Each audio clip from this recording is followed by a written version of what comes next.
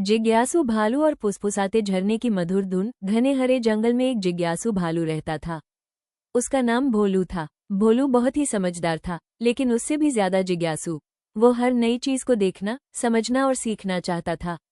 एक दिन भोलू जंगल में घूम रहा था, तभी उसने दूर से एक अजीब सी मधुर आवाज सुनी।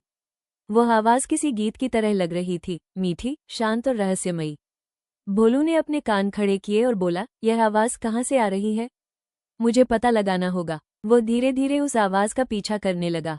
चलते चलते वो जंगल के अंदर गहराई तक पहुंच गया। वहां उसने एक विशाल और चमकदार झरना देखा। पानी चांदी की तरह चमक रहा था और गिरते हुए पानी से संगीत जैसी ध्वनि निकल रही थी। भोलू आश्चर्य से बोला, वाह, तो यह है फुसफुसाता झरना। जैसे ही भोलू झरने के पास गया, उसे लगा मानो झरना उससे बातें कर रहा हो। पानी की बूंदें ऐसे गिर रही थी जैसे कोई मधुर लोरी सुना रहा हो।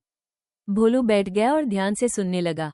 अचानक उसने महसूस किया कि यह धुन उसे शांति, खुशी और साहस दे रही है। उसका दिल हल्का हो गया और मन प्रसन्न हो उठा। उसी समय एक पुराने पेड़ की डाल से बुद्धिमान उल्लू आंटी उड़कर आईं। उनकी आंखों में अनुभव और अपनापन झलक रहा था। उन्होंने भोलू को ध्यान से देखा और कोमल स्वर में बोली, हाँ भोलू, ये झरना साधारण नहीं है। इसमें जंगल की हर कहानी, हर खुशी और हर सीख बसी हुई है।